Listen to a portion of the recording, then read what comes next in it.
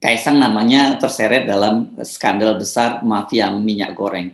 Lu kok bisa? Ini kan, kan PT Wilmar Nabati Indonesia yang terlibat dalam pusaran mafia minyak goreng yang kini tengah ditangani oleh Kejaksaan Agung itu ternyata menjadi salah satu sponsor klub Persis Solo yang dimiliki oleh Kaisang Pangarep. Master Parulian Tumanggor, Komisaris PT Wilmar Nabati Indonesia itu menjadi salah satu tersangka yang telah ditahan oleh Kejaksaan Agung. Nah, rupanya melalui PT Wilmar Nabati Indonesia inilah mereka masuk menjadi sponsor dari PT Persis Solo. Wilmar menjadi sponsor dari Persis Solo itu mengundang kecurigaan, karena itu saya tidak kaget kalau ini kemarin sampai hari ini masih menjadi berita yang besar di sejumlah media massa. Apakah kasusnya sama dengan yang dilaporkan oleh Ubaidillah Badrun, yakni korupsi dan pencucian uang? Ini yang masih perlu ditelisik. Namun fakta bahwa Wilmar menjadi sponsor Persis Solo ini jelas itu secara moral jadi persoalan besar.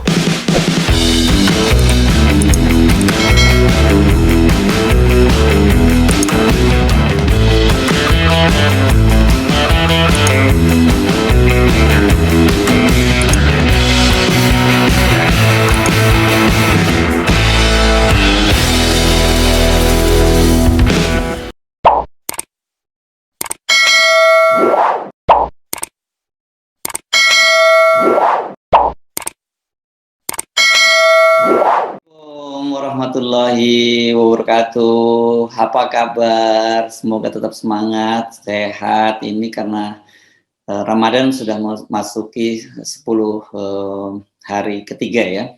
Saya Simno Arif dari Forum News Network, senang sekali tetap bisa terus menjumpai Anda semua. Putra Presiden Jokowi, Kaisang Pangarep ini kembali terseret skandal korporasi besar. Masih ingat kan Anda skandal dugaan korupsi dan pencucian uang yang menghubung-hubungkan Kaisang dengan korporasi besar Sinarmas, dan itu diadukan oleh aktivis yang juga akademisi dari Universitas Negeri Jakarta Ubaidillah Badrun ke KPK. Kali ini kasusnya lebih ngeri-ngeri sedap. Kaisang namanya terseret dalam skandal besar mafia minyak goreng.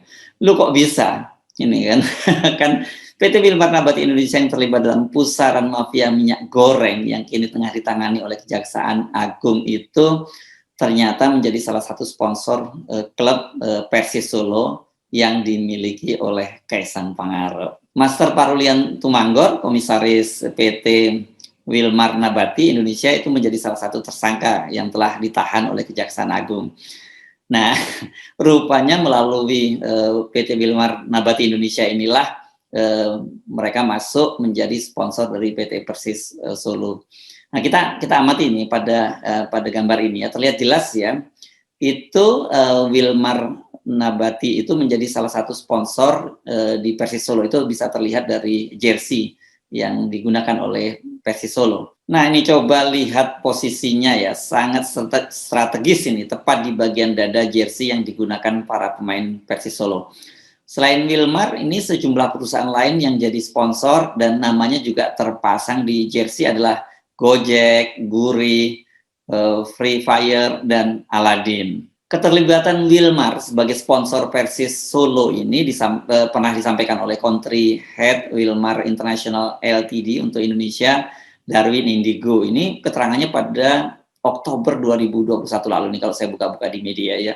Menurut Darwin, klub dengan julukan Laskar Samber Nyawa itu berpotensi menggapai prestasi lebih tinggi. Terlebih kan klub kebanggaan warga Kota Solo itu sudah berhasil promosi dari Liga 2 ke Liga 1. Liga 1 ini kasta teratas ya di sepak bola Indonesia, di kompetisi sepak bola Indonesia.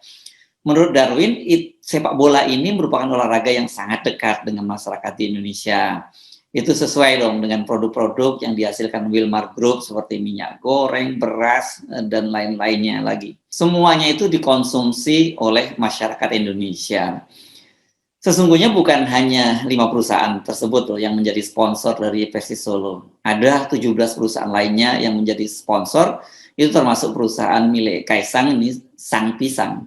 Dengan posisi ketika Kaisang mengambil alih Persis Solo itu berada di Liga 2, tentu saja banjir sponsor ini cukup mengejutkan. Persis Solo ini walaupun termasuk klub yang cukup tua, tapi itu bukanlah klub papan atas dan basisnya juga bukan kota besar yang punya segmen penggemar yang luas. Ini Solo ya.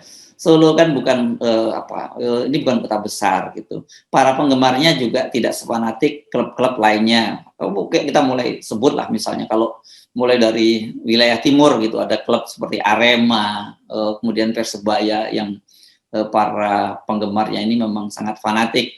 Belum lagi kalau kita menyebut Viking ya, klub dari Bandung atau Persija Jakarta. Ini klub-klub yang para penggemarnya sangat fanatik dan juga biasanya mereka selalu bermain dalam kompetisi ini di posisi-posisi teratas. Tentu penggemarnya sangat banyak dan ini sangat seksi dong, menarik para sponsor. Beda sekali dengan Persis Solo ini. Keberhasilan Persis Solo setelah ditangani oleh Kaisang menggait para sponsor ini tentu tidak bisa melepaskannya ada faktor Kaisang sebagai putra Presiden Jokowi di kepemilikan saham. Dan pernyataan tadi country head dari Wilmar International, Darwin Indigo, bahwa sepak bola sangat dekat dengan dengan masyarakat Indonesia, itu sesuai dengan produk-produk yang dihasilkan oleh PT Wilmar. Ini saya kira lebih pada pernyataan korporat komunikasi korporat gitu. Ini untuk untuk membungkus adanya kepentingan politik di baliknya. Lihatlah ini kita sponsor-sponsor besar lainnya yang ada di Persis Solo ini. Free Fire ini saya kira sangat dekat dengan anak-anak muda, bahkan termasuk anak-anak, karena ini adalah sebuah game ya. Ini dia menjadi sponsor utama. Ini game permainan yang dimiliki oleh Tencent. Ini sebuah perusahaan teknologi dari Cina gitu. Gojek, nah ini Anda lihat ini kita lihat lagi ya, Gojek ini yang posisinya di bahu kanan dan kiri, bahu agak turun ke bawah ya, di kanan kiri ini. Tentu saja Anda semua tahu, salah satu pemegang sahamnya, pemiliknya itu adalah Nadiem Makarim. Sekarang ini menjadi Menteri Pendidikan Nasional dan Ristek ya tambah. Ini tahu dia powerful banget ini, karena setelah Ristek dilebur bergabung dengan Mendiknas, itu sekarang menjadi Mendiknas Ristek. Sebagai menteri tentu saja Nadiem adalah pembantu Jokowi. Nah, sekarang ini Gojek merger dengan Tokopedia menjadi Goto. Dan salah satu pemilik sahamnya adalah Garibaldi Tahir. Ini Garibaldi Thohir. Ini pengusaha batubara dan kakak kandung Menteri Negara BUMN Erick Thohir. Bang Aladin. Nah, ini siapa nih Bang Aladin ini? Ternyata Bang Aladin ini dimiliki oleh PT NTI Global. Ini pengusaha John D. Kusuma ini kalau nggak salah satu pewaris perusahaan rokok terbesar kelima di Indonesia, yakni PT Noroyono, ini yang berasal dari Kudus ya. Sebelum berubah nama menjadi Bank Aladin Syariah, bank ini bernama Bank Net Syariah. Di Net Syariah ini NTI Global atau Noroyono wartawan atau media menduganya sebagai Noroyono Tobacco International Global itu berpartner dengan Alpalus Adigana Asia. Salah satu dari beneficial ownership ini atau kalau diterjemahkan sebenarnya alias pemilik manfaat itu, atau ya kita sebenarnya dia juga kita sebutlah sebagai pemegang saham gitu, adalah seorang anak muda bernama Antoni Pradiptya. Coba Anda ingat-ingat lagi siapa Antoni Pradiptya ini. Sudah ingat? Kalau belum ingat, saya coba bantu Anda ya. Antoni ini merupakan partner dari Kaisang, putra bungsu Presiden Jokowi di bisnis GK Hebat ya. Perusahaan induk yang berkantor di Generali Tower di Jakarta Selatan ini. Dia membawai sejumlah bisnis, diantaranya Sang Pisang, Yang Ayam, Ternak Kopi, Siap Mas, Let's Toast, dan Enigma Camp.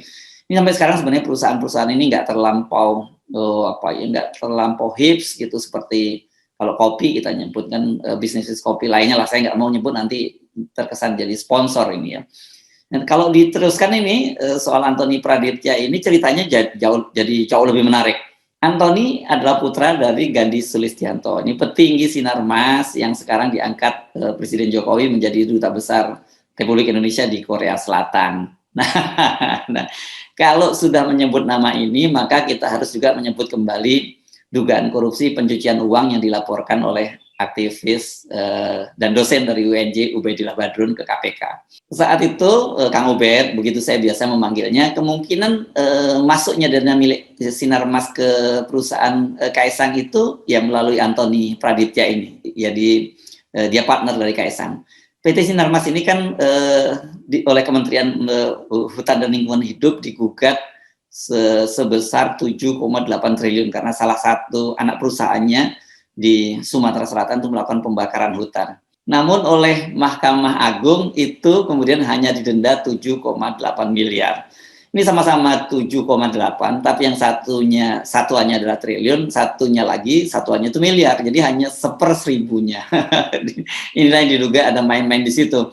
Jadi sampai sekarang kita tahu bahwa kasus itu belum diproses oleh KPK dan katanya sih baru sampai level di Dumas atau di pengaduan masyarakat dan masih ditelaah. Jadi orang bertanya-tanya ini mengapa begitu lama sekali proses ini pengaduan itu tidak segera ditindaklanjuti dan ini kan akan menjadi beban beban masa depan dari Presiden Jokowi, apalagi kita tahu masa jabatan Presiden Jokowi kan pada tahun 2024 itu akan berakhir.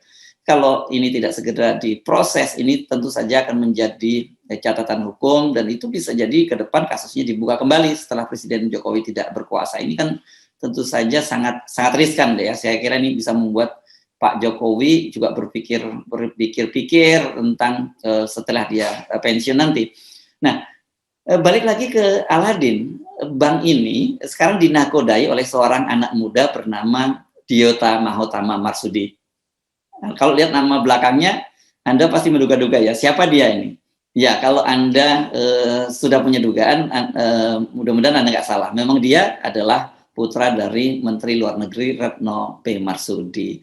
Ini bulat ya permainannya ya, hanya di situ-situ saja dan orangnya juga itu-itu saja. Nah, apakah Kaisang hanya sendirian dalam kepemilikan di Persis Solo? Enggak juga, dia memang menjadi pemilik, dia jadi pemilik saham utama. Di Solo, di Persis Solo ini Kaisang bekerja sama dengan Menteri Negara BUMN Erick Thohir dan pengusaha muda Kevin Nugroho. Kaisang itu sebagai pemegang saham terbesar 40%, Kevin Nugroho 30%, Erick Thohir 20%, dan sisanya 10% milik 26 klub internal Persis. Anda pasti bertanya juga dong, siapa Kevin Nugroho? Kalau Erick Thohir pasti semua tahu dong, ini mantan ketua tim sukses Jokowi Ma'ruf yang kini jadi Menteri Negara BUMN dan katanya akan jadi capres tahun 2024. Saya kira nggak salah ya kalau dugaan ini. Saya pernah membaca ini menurut pengakuan dari wartawan senior Pandana Baban, mereka ini Erick Thohir, Sandiaga Uno, Prabowo sempat ditanya oleh Presiden Jokowi apakah akan maju capres tahun 2024. Sandiaga Uno dan Erick Thohir menjawab ya akan maju, sementara Prabowo menjawabnya cukup diplomatis atas seizin Bapak, artinya atas seizin Jokowi. Nah, kalau Erick Thohir sih memang kelihatan ya, dia kampanyenya di mana-mana ini. Kalau Anda lihat balihonya bertebaran di mana-mana. Kalau Anda pergi ke bank-bank milik pemerintah pasti akan bertemu dengan foto-foto dari Erick Thohir. Begitu juga kalau Anda pergi ke kantor-kantor BUMN itu semua ditempeli foto-foto Erick Thohir dengan slogannya akhlak gitu. Ya, mungkin dia kalau dia menjawab tidak, ini kan pasti Pak Jokowi akan senyum-senyum saja karena pasti Pak Jokowi juga tahu belakalah atau dapat laporan lah tentang ini. Jadi wajar kalau kemudian dia menjawabnya ya dia akan maju gitu. Nah, Erick Thohir ini menempatkan putranya Mahendra Agakan Thohir itu sebagai bos di PT Persis Solo, tepatnya sebagai presiden komisaris. Nah, balik lagi ke Kevin Nugroho sebagai pemilik saham terbesar kedua di Persis. Ini kalau saya baca-baca, dia ini ada perusahaan punya basis di Karanganyar. Karanganyar ini ya lokasinya di sebelah Solo gitu ya. Dan dia ini lagi-lagi ternyata dia juga partneran dengan Kaisang itu dan Gibran malahan di sejumlah perusahaan. Salah satunya adalah di perusahaan dengan nama Tugas Negara Bos. Lucu ya kalau memang nama-nama yang digunakan oleh Kaisang dan Gibran itu memberikan nama perusahaannya. Ini perusahaan Tugas Negara Bos ini, atau media menyebutnya brand Tugas Negara Bos ini dia memproduksi antara lain jas hujan dan APD, alat pelindung diri. Ini kan pada masa COVID kemarin, ini perusahaan-perusahaan yang menjadi produsen dari alat pelindung diri ini panen besar ya di tengah pandemi COVID kemarin. Ini banyak sekali dibutuhkan oleh para petugas kesehatan kita, terutama para dokter dan juga perawat yang berada di garda depan menangani COVID. Ini kembali lagi kita ke Wilmar sebagai sponsor. Apakah ini ada kaitannya dengan skandal mafia mie goreng yang berbulan-bulan mengundang kehebohan itu? Ini kita ngomong faktanya saja ya. Faktanya Komisaris Wilmar Nabati, yakni Tumanggor tadi, itu telah ditetapkan sebagai tersangka oleh Kejaksaan Agung ya. Ini Pak Rulian Tumanggor ini bersama dengan 3 orang dari eksekutif atau 2 orang lainnya dari eksekutif sejumlah perusahaan-perusahaan sawit besar, itu kan bersama dengan Dirjen Perdagangan Luar Negeri Indrasari Wisnuwardana sudah ditetapkan sebagai tersangka. Jaksa Agung ini yang menarik juga menyatakan tidak tertutup kemungkinan menjadikan kasus ini sebagai kejahatan korporasi. Artinya kalau kejahatan korporasi itu kan melibatkan perusahaan. Dan biasanya kalau kejahatan korporasi itu hukumannya denda. Ini pernah terjadi pada PT Indosat, waktu itu Kejaksaan Agung. Dan waktu itu kalau tidak salah, ini saya coba mengingat-ingat kembali, itu Indosat didenda sampai 1,3 triliun.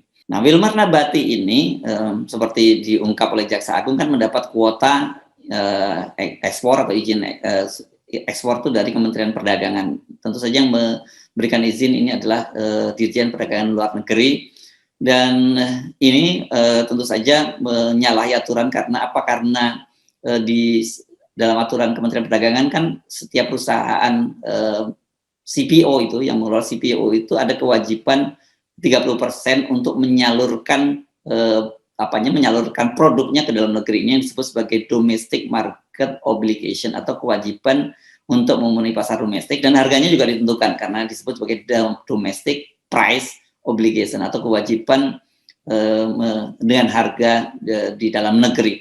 Tapi kita tahu kan beberapa bulan sampai sekarang sudah 6 bulan itu terjadi kelangkaan minyak goreng di pasaran gitu, terutama minyak curah, dan kemudian ternyata ya orang kecurigaan publik bahwa ini ada mafia yang mengizinkan mereka untuk menjual semuanya ke luar negeri karena harga di luar negeri sangat tinggi saat ini.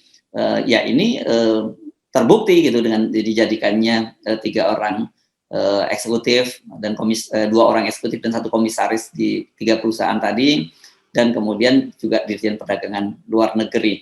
Nah, ini memang ini yang kemudian disebut sebagai mafia. Tapi kalau kemudian orang bertanya-tanya, apa iya sih mafianya hanya level sampai Dirjen Perdagangan Luar Negeri, ataukah ada yang level yang lebih tinggi, katakanlah menteri atau level yang lebih tinggi lagi? Nah, ini kan terungkapnya kasus ini bahwa Wilmar menjadi sponsor dari Persis Solo itu mengundang kecurigaan. Karena itu saya tidak kaget kalau ini kemarin sampai hari ini masih menjadi berita yang besar di sejumlah media massa. Apakah kasusnya sama dengan yang dilaporkan oleh Ubaidillah Badrun, yakni korupsi dan pencucian uang? Ini yang masih perlu ditelisik. Namun fakta bahwa Wilmar menjadi sponsor Persis Solo ini jelas itu secara moral jadi persoalan besar. Kembali lagi kan posisi tadi Persis Solo yang tadinya berangkat dari Liga 2 kemudian baru naik ke Liga 1, kok bisa menarik sponsor yang begitu banyak dan dari perusahaan-perusahaan besar. Bagaimanapun juga publik pasti tidak bisa melepaskan posisi Kaisang sebagai pemilik saham terbesar di Persis Solo, dan dia adalah anak Presiden Jokowi. Bagaimana kasus ini? Apakah kita bisa berharap bahwa Kejaksaan Agung juga akan menelisik sampai sejauh itu? Kalau saya tanya pada Anda, saya sudah tahu jawabannya. Pasti sebagian besar dari Anda tidak yakin akan sampai seperti itu. Atau katakanlah begini, akan ada aktivis, perorangan dari civil society atau akademisi seperti Ubaidillah Badrun itu yang melaporkan kasus ini ke Kejaksaan Agung. Dan bagaimana nasibnya? Apakah kemudian kalau ada yang melaporkan, apakah nasibnya juga sama seperti laporan ke KPK? Ini yang saya kira sangat menarik sekali. Dan kemudian orang bertanya-tanya, apakah ini yang disebut sebagai wajah dari oligarki itu? Jadi kekuasaan, bermain dengan para perusahaan, dengan perusahaan korporasi-korporasi besar, dan melibatkan orangnya juga itu-itu saja ya. Nah, rupanya Kaisang Pangarep tidak mau dikait-kaitkan, apalagi terseret dalam kasus skandal mafia minyak goreng yang melibatkan PT Wilmar Nabati Indonesia. Karena itu dia segera mengambil keputusan untuk memutuskan hubungan kerja atau hubungan kontrak dengan PT Wilmar Nabati. Dan menurut dia memang antara Wilmar dengan Persis Solo ini tidak ada kaitannya dalam urusan manajemen, ini hanya urusan sponsorship saja. Ya, ini penting memang segera mulai memberikan langkah-langkah semacam. Tapi seperti saya ingatkan, bagaimanapun juga ini berkaitan dengan persoalan moral, dan orang tentu saja tidak bisa melepaskan kaitannya antara Kaisang dengan bapaknya sebagai presiden, dan inilah yang kemudian orang banyak menyebut sebagai business of influence atau bisnis pengaruh. Sehingga dengan begitu perusahaan-perusahaan besar, perusahaan internasional seperti Wilmar pun kemudian tertarik menjadi sponsor dari Persis Solo ketika masih berada di Liga 2 kompetisi sepak bola di Indonesia. Saya Ismun Arif dari Forum News Network. Sampai jumpa lagi. Wassalamualaikum warahmatullahi wabarakatuh.